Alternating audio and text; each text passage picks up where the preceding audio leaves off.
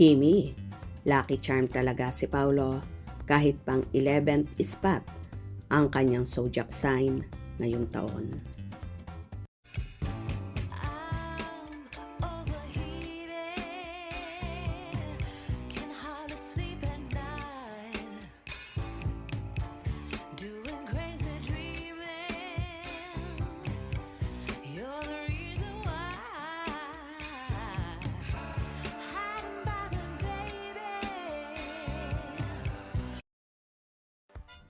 Bagamat last but not the least ang zodiac sign ni Kim Chiu sa listahan ng Feng Shui Master Coach Johnson Chua na mga bobongga ngayong 2026. Marami pa ring positive element para maging maganda ang taong ito sa actress. Year of the Horse si Kimi, pero pumwesto siya sa 11th spot mula sa 12 signs na may maaliwalas na kapalaran sa taong ito. Pero ayon kay Chua, hihilahin paitaas ng dragon sign si Kim kung saan meron din siya nito ngayong 2026. Nagkataong si Paulo Avellino ay isa ring dragon. Lumalabas na lucky charm ni Kim si Paulo na tutulong sa kanyang umangat.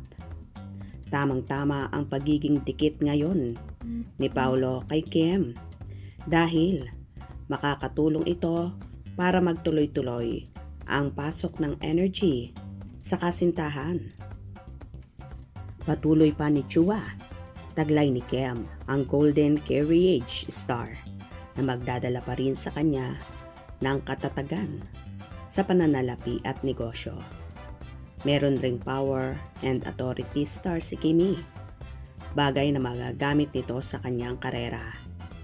Pasok sa maswerte ang bag business ni Kimi, lalo't nangunguna sa listahan ang mga friends ng horse ay ang rabbit. Binalaan lang ni Chua si Kim na huwag magpadalos-dalos sa pagpapalago ng negosyo. Tumodo na lang sa susunod na taon na siyang all-out lucky year para sa kanya.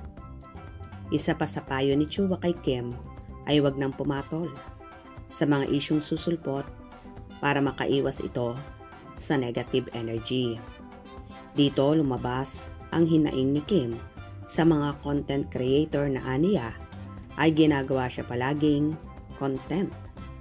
Pero pipilitin daw nitong kumalma at huwag nang patulan ang may engkwentro na mga intriga o hamon sa kanyang pasensya. Ang Feng Shui vlog na ito ni Kim ay mapapanood mismo sa kanyang YouTube channel. Lumabas ito Linggo ng gabi. Well, pang 11 spot man si Chinita Princess pero magiging powerful at energetic pa rin siya dahil mahahatak nga siya ng dragon kung saan isa si Paulo sa dragon. Kaya naman, swak na swak pa rin ang Kim Pao. Hope you enjoyed. Please subscribe for more info.